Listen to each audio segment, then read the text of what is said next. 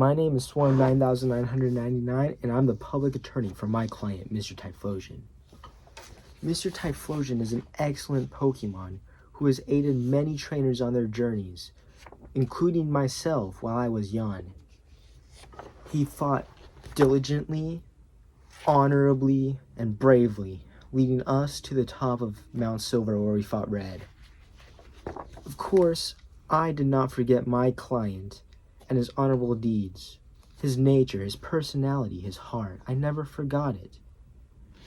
But for many of us, it has been a long time since Typhlosion has been by our sides, causing us to forget what a good nature Typhlosion has. It's modest, by the way. And sadly, recently, my client, Mr. Typhlosion, has been accused of horrendous things. Horrendous things that could alter his life and the way the world will know him forever. These allegations are the disgusting act of inappropriate behavior with a child. I am a man who believes in one great principle of America, because it's probably mostly Americans that believe this, or at least English speakers. But I'm an American lawyer that did not pass the bar test. But I still believe in one great value. Everyone is innocent until proven guilty, including Pokemon. And today, I will successfully convince the jury that Typhlosion is innocent and did not do the things he is being accused of. A while back, not too long ago, there was a leak in Game Freak that resulted in multiple assets being leaked, including beta sprites, music, and of course, the famous stories. I will present the stories for the court. The one that's relevant to my client, of course. So, these stories are called Pokemon Mythology and written by the very mysterious Yu Nakasui. The story involving my client has a young girl being led by him to a mountain, and my client promises to take her back the next morning.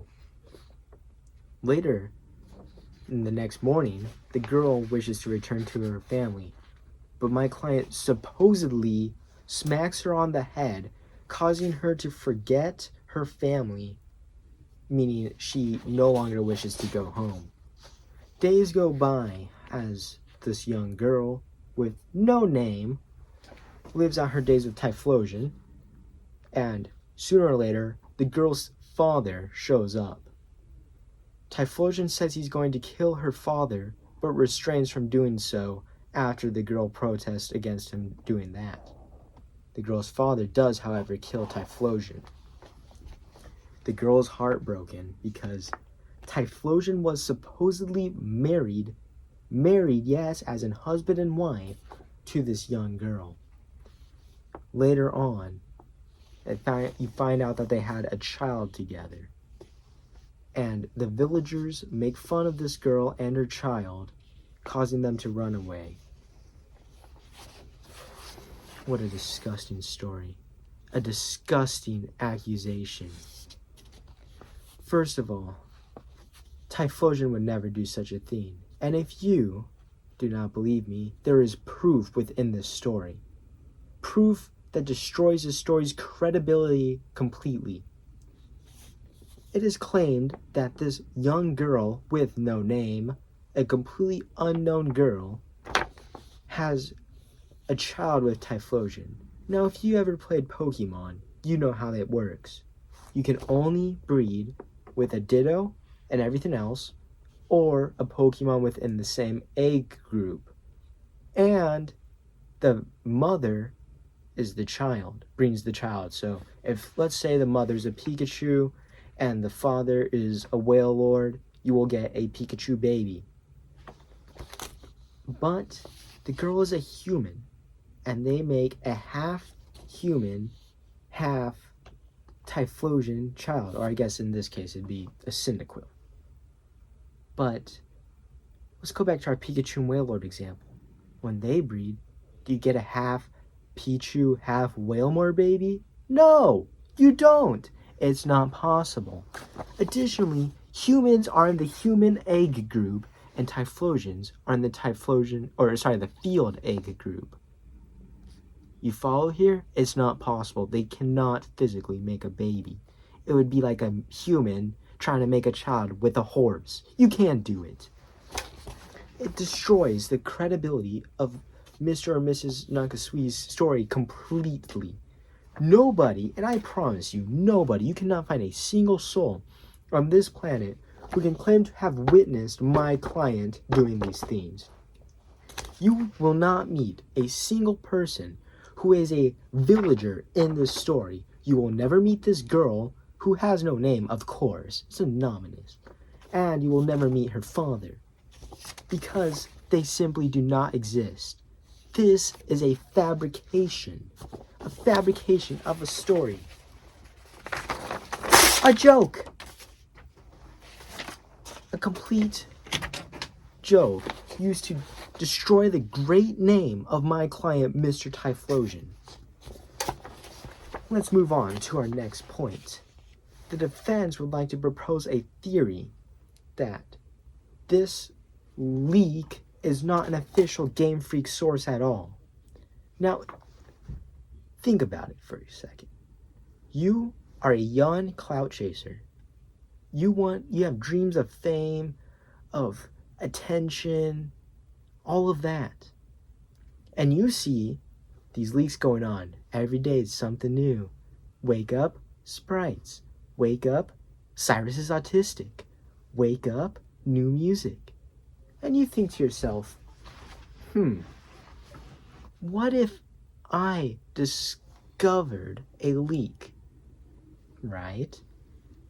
And if you know the right people to get the word out there, you can write up these stories. You can be the Nakasui and write up some Pokemon mythology, pass it off as an official leak, and you've just destroyed the names of many great Pokemon with your horrible, horrible taste in storytelling. Of course, it's just a theory, and the defense cannot prove it. But any probable theory reduces the likelihood of this being real, of this story, which we already proved is not possible, being real. Let us assume it's an official Game Freak source. This is just one employee. One employee. We've all been bored at work. We can screw around at work. We even make jokes about our coworkers at work. So if you're a Game Freak employee, and you're working on, I don't know, let's say Heart Gold Soul Silver, you're sick of seeing some certain Pokemon, some certain Johto Pokemon. And my big face of Johto, my client right here, the big face of Johto, Mr. Typhlosion, you see his face every day. Every day, you know what? You're getting overtime every day. And you just want to see your family like the girl every day. You will grow to hate Typhlosion. It might even be a love-hate relationship since you love Pokemon so much, but you hate your job. You feel like you're trapped with him, right? He feels like it's family now. Could just be a metaphor of the whole theme. A metaphor for the employee. He or she is a little girl. Now, of course, the defense will say it's horrible taste. Horrible taste to use my client and the sick, twisted metaphor. Horrible taste. Let me propose this as well. It's just a joke. The whole thing's just a joke by one employee to themselves to blow off some steam. There is no reason. You honestly believe they took this story, which, of course, obviously fake. We already proved that Typhlosion, my client, has never done this. You cannot find any witness to say that he has done this. You honestly believe that they took this story to the boardrooms, presented it, and everyone in that room was like, wow, this story's amazing. Well, yeah, let's make this official. No, they said, we love Typhlosion. This is more likely to have what happened. It is more likely that they said, we love Typhlosion. And this story is not something we want to be official. We do not want this to be about Typhlosion's character. Sad truth is, many people do. they see this as a chance to let me remind you, to put someone who was once beloved, dear, and reliable to us, put their head on a stave. You're the one that's crucifying him. But you can change this. You can change this by sticking up for Mr. Typhlosion, my client, saying, not guilty. My client, Mr. Typhlosion, Mr. Typhlosion is not guilty. I know him. The evidence suggests that he did not do this. He is not guilty. Remember, he's only guilty until he is proven, and this is a story that proves nothing. Its reliability is shaky. It's blatantly impossible. There's not a single soul. The defense will now like to call some witnesses to testify on my client's behavior and his character. Hello, Mr. Adam. Hello, Swarm. Mr. Adam, have you have any previous experience with my client, Mr. Typhlosion? I do, sir.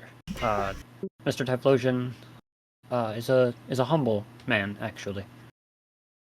And would he do any of the things that he's been accused of, based off of your past experiences with him? No. From what I've gathered from him, from my time spent with him, I don't think he would ever do something like this. This is baffling. This very well could be slander against his name.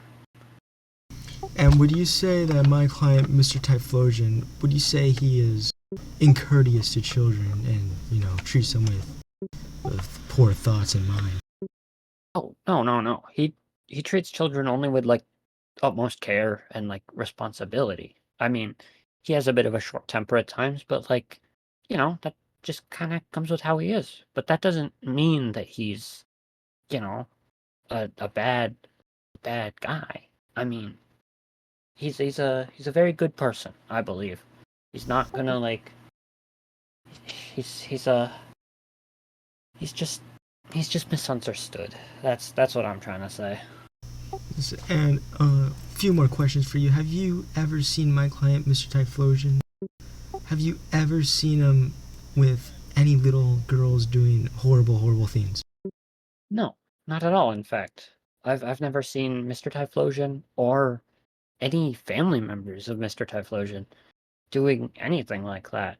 In fact, I've just seen them, frolicking about, over at Amity Park, Amity Square, whichever it's called, and all those other places. They're always just kind of wandering around. He's just kind of frolicking, That's like the most I ever see. Sometimes he gets like a pat on the head, and he just, he makes that like pixelated noise he makes sometimes. I don't know why it sounds so pixelated in real life, but like, it's just kind of how it is. Yeah, my client has a unique voice. It leads to, it gets him into some trouble. He has trouble fitting in sometimes. No, I get it. Yeah. Have you ever encountered people who have claimed to seen my client, Mr. Typhlosion, do these horrible things? I have not. All I'm hearing now is it sounds like people are making stuff up, because I'm only hearing this stuff come out now. And I think it's generally just, as I said, slander. It's all against his name and all against the personal wishes of Mr. Typhlosion and all of his friends, family, and so on and so forth. It does a disservice to everyone. Hearsay, you would call it. Hearsay, yes. And lastly, my last question. Have you ever seen with your own eyes a half-human, half-Pokemon child? I have not. I've heard that they could exist, but I've never actually seen one. So I'm led to believe that it's all just speculatory, or folk tales even, or very well could just be stories made up, uh, from times of yore. I'm going to the library, and I'm just checking out these books, and it's like, whoa, that's weird. But that could just be, fake. Fiction. It's not real. Exactly. It's all made up. Well, Yeah. Mr. Adam, the defense thanks you for your time, for your words, and Yes, you are of free course. to leave the stand now. Thank you. Alright. Farewell. Have a good day. Hello, Mr. Bokita. Hello, Mr. Swarm. Mr. Bokita, do you have any past experience with my client, Mr. Typhlosion? Well, if I had a few experiences, they will be good rather than, well, bad.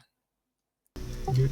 And can you describe to us what some of those experiences are? The nature of them. Of course, of course. Typhlosion has helped me reach new heights when it came to leveling up and becoming just overall a better trainer.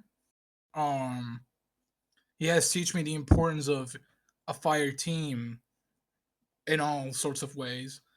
That I have to appreciate him for his valorous efforts against the Elite Nine And and the other champions, and of course the rest of the trainers. Yeah. and would you say my client is capable within his heart to do the awful things he's accused of? Well, Swarm, Mr. Swarm, I'll be completely honest. People people have their own. Well, let's just say people are their own coin.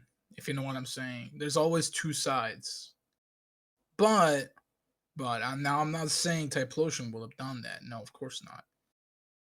But anyone can, and the fact stands that if anyone can forge what my man Typhlosion did, and they can forge anything about him. Like think about it this way. I could write something about you without your consent, right? Right. But those wouldn't be your own actions. Now, there's also a lot of things we gotta consider here. Typhlosions, there's a lot of Typhlosions. It's in a sense, it's an own entire race. So we could say that maybe one of them has done something wrong, but that won't change on behalf of every other Typhlosion, which is in case this client, right? Of course, yes. All right, this client here, we could say a lot of things. From what I've read, such poorly translated efforts as to take my goat down, I I'll be very honest, I don't believe them. And would you say a reason for you not believing is because you have never seen with your own eyes Typhlosion alone with a little girl in the mountains? Of course, I've never seen a Typhlosion alone with a little girl in the mountains. It's not like I go to mountains often, so I wouldn't know. And have you ever met anyone who has been an eyewitness to this incident? Yes, in fact, I have. You have. Can you testify to us about this eyewitness? This eyewitness about the little girl incident you're talking about? Correct. One of the villagers who has made fun of the girl or the girl's father? Any of them? Mm-hmm.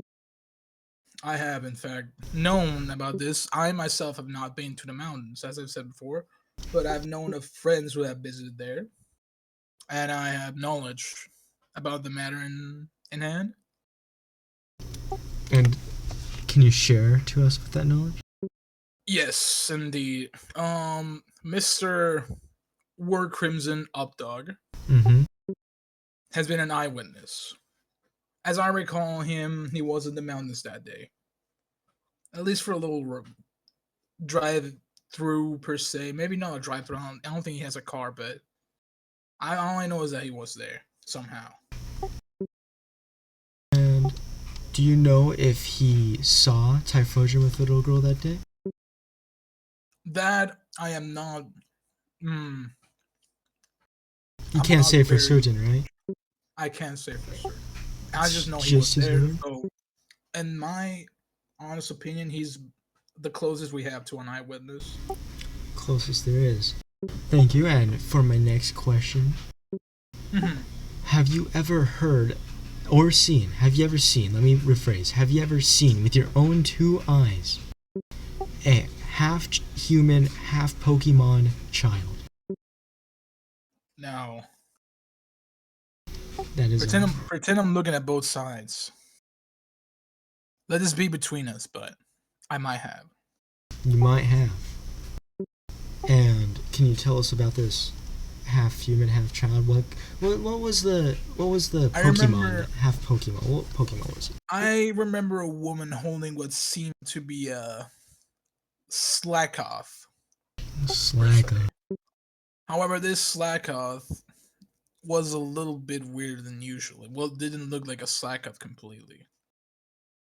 You would say it's human, right? All right, like a little bit humanish. Well, Slackoth by itself already has like a humanoid complexion, Mm-hmm.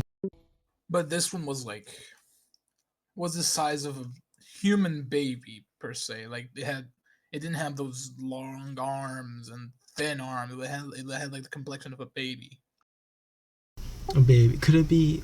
Would, in your own words, would you say it could be possible that this child perhaps just had a very ugly other parent? I would say it was a slacking, yes. A slacking parent. I see. Well, it is my theory that the poor woman had devious relationships with a slacking. Now, that may be the Slacking's case, but Slacking is quite different from Typhlosion. Would you agree? Of course. Mm-hmm. And Completely different ways, yes. can you tell us the difference between a human and a Typhlosion, and a human and a Slacking? To be fair, slacking is very human-like. Mm-hmm. In fact, it looks if it can stand up. When it lays down, it looks like a man just a fat man lazing around. Right. So, in that kind of sense, if there wouldn't be much of a problem. Well, of course, having relations with a Pokemon is a problem.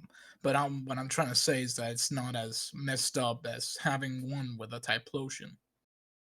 Now, Exactly. a Typhlosion is way much weirder than a slacking, because a slacking has a human complexion to it, but not not Typhlosion, not at all. And so, would you say, and of course, as it has been told, the little girl supposedly recognized this was a Typhlosion over time. Once you are fully aware of the true physical shape and look of a Typhlosion, would you say you can mistake that for a human? It could be possible. You saying a No, girl no. can mistake a Typhlosion for a human? Now we're talking about a little girl here, aren't we? How little are we talking? We're talking about 6 years old, 7 years old. How little? Old enough to go into the mountains by herself and be trusted to return home safely. 15, 16? We'll say it's around there. Of course, this girl has no age, has no name, has no face. It's very hard to even paint the image of a real human based off of what we're giving. But let's say 15 to 16. Oh, okay, 15, 16. An anonymous case is what you're telling me. This is like the little girl is anonymously doing this. Just any 15, 16-year-old girl, would you say they'd mistake a Typhlosion for a human? I will say an 8-year-old could, but not a As 16-year-old. let me ask you this. As an 8-year-old, did you mistake a monkey as a human? I could probably have done that, yes. A full I'm monkey? not saying I did. You're saying you could have done it. Yes. Okay. Have you, as an 8-year-old child, have you mistaken, let's say, a dog for a human? Mm, a dog will be rather Not strange. could you, but have you? To your memory, of No. course. No, not a dog. No, But perhaps a monkey? of course. Perhaps a monkey. A monkey I could. Let's just say a man randomly dresses up as a gorilla. I could have probably thought it was a gorilla. A gorilla. That's fair. And Which you would kind of say looks like slacking. Yeah, you would say a slacking resembles a gorilla, sort of yes. and Well, you would not thin. It's more of he's more on the fat side, but it does resemble a human or a fat. a fat humanoid creature. And you would Exactly. say Typhlosion takes quite the different appearance compared to that. Well, if I'm honest with you, a Typhlosion can stand on its two legs, Mm-hmm. and it's rather big. So, to the mind of a little girl, it could pass up as a Typhlosion, but it could be a person using a disguise. What about a bear? Would you say a normal human, 8 to 9 year old, can pass off a bear as a human? Depending on the situation as well. Let's first things first. This little girl was on a cabin, right? When all this happened, was it nighttime or was it daytime? It was night, but as time went on, it is clearly stated she noticed that this was a Typhlosion. So it fully was a Typhlosion, but how can you be sure that it's not a man? According to the story and according to her testimony, she has said, but we're not talking about the story, we're just talking about in general. If you took your daughter to a zoo, would she would ever come across the thought that it is a human locked up in there? If I go in broad daylight, then most likely not. Mm-hmm. But Even if in we're night, talking about the night, would you say your daughter, who's 8 to 9 years old, they've surely learned all their animals by now, they're even learning multiplication and division, would you say that they would go into that zoo and think for a second that is a fully grown human in the cage? And they're looking at bears, tigers, lions, things they've learned about in school. behind a cage, of course not. Because guys, I don't think anyone who goes to a zoo will think there's a caged human in a zoo. But So I don't know. I don't if think so. if she has learned in school what these animals look like and seen one in the wild, even in the dark, would she still mistake that shape for a human shape? If she went to the wild, you say? In the wild. Well, if you give it a side glance per se, it depends on the shadows and the lightning. I'd say more So, because if you're outside at night and you see someone standing, you don't really know what it might be, so you pass it up as a human at first. at first, but especially after you spend more time around it, you would realize that it's not a human. Mm-hmm. It's Yeah, just, if you get a close up, of course. Not, yeah, right? you get a close up. And you say it's out of the realm of possibility, even. To spend more than a day around this creature and mistake it for a human.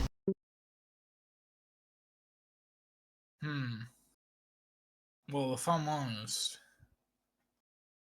I'll have to think about that one because here's the deal: that there's something that concerns me in this story. Not the story, just in general, just generally speaking. Would you Of say? course, but the the, the Pokemon and in this scenario, right? Mm-hmm. Let me just shrug this off for a second. Could speak to the little girl. It talked to her. That is true. Pokemon, besides we know Meowth, I guess I don't know. He's kind of weird, but other Pokemon have not been able to communicate, or at least not normal ones, ever. Right. But this one, Typhlosion, was speaking to her and asking questions out of her, and doing the things you would Mm-hmm. have seen. So the possibility of a disguised man is, in my opinion, still standing. it wouldn't be too hard to mimic Typhlosion by the fact that it can stand on its own two legs all the time.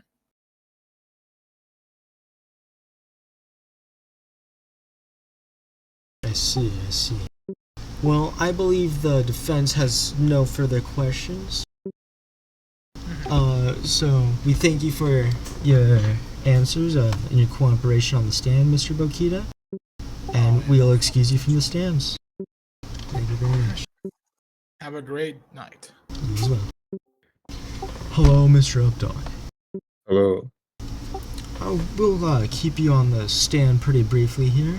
I would just like to ask a few questions. The first one being, do you have any previous relationship with my client, Mr. Typhlosion? Well, I've seen him around a few times. Here and there. We haven't really talked too much. So I haven't really mingled with the guy, you know? Never adventured alongside him, you'd say? No. So as you know of what this trial is about, I'm sure you heard the story.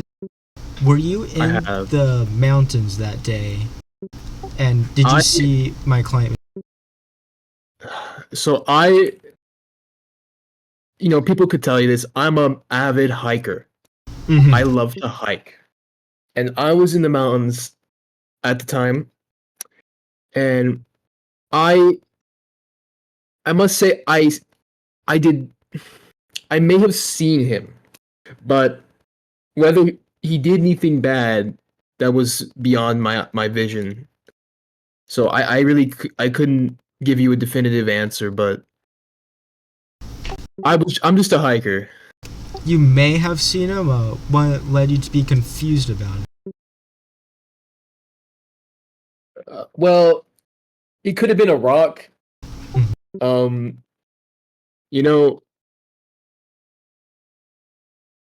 Rocks commonly have fire around them. It's true, I've seen one in some TV footage, but that's aside the point. This flaming rock you've seen, or perhaps a Typhlosion, was it accompanying you? Accompanying me? Accompanied by anyone. Oh, no. No, this rock... Listen, to clarify, I usually hike near regions with a lot of seismic activity, and volcanic activity, so I like to go near those regions, and so that rock may have been surrounded by some sort of molten lava. Oh yes, and of course that's no suitable environment for any little girl, you'd say, right? No, surely not. Only avid hikers like you. I don't think one such as that girl you're talking about could withstand the heat nearby. That's a lot of volcanic magma that's around the area, so I don't know. That's just what I'm saying. And on your hike up that mountain, did you see any berries of any sorts? Berries? I'm not one of those hikers that goes around looking at plants, so I don't really pay attention to the berries. Alright, that's fine.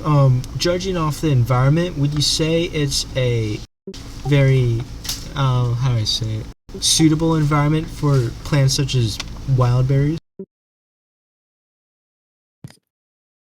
It's possible, yes, but in my observation, the high heat in the surrounding area may have made it a little difficult for various berries to wanna grow there. Of course, the whole mountain was not covered in magma, but it was on the warmer side. And going back to that story, I'm sure you've heard about the girl's father and the villagers that are mentioned in the latter half. The latter half? Could you please clarify? Well, the girl had a father, who was supposedly the murderer of my client, Mr. Typhlosion, who Yes. is still alive, so that's already quite peculiar. And the girl returned to her village and was made fun of by various villagers. Have you ever met the villagers or the father? Now, I have not met the father. I personally don't live in the area, so I've never visited that village before. Alright, and my final question for you, have you ever seen a half-human, half-Pokemon child before? No, I personally think that's impossible. I don't think that that's something that actually could have happened. And with science, we have proven that it is indeed possible, so... It is indeed possible. Well, I'm no biologist. I'm no I'm no professor. I wouldn't know that. Well, I believe that's all the questions I have for you. Thank you for your cooperation. I'll excuse you from the stand. I appreciate it. Thank you very much, Mr. Judge. No problem. Have a great night. And last up, I would like to call to the stand my client himself, Mr. Typhlosion. Mr. Typhlosion, where were you during the day of the story? Nowhere near there. And have you ever met this little girl that's mentioned in the story? Of course, we know you haven't. And of course, you never met your murderer, her father?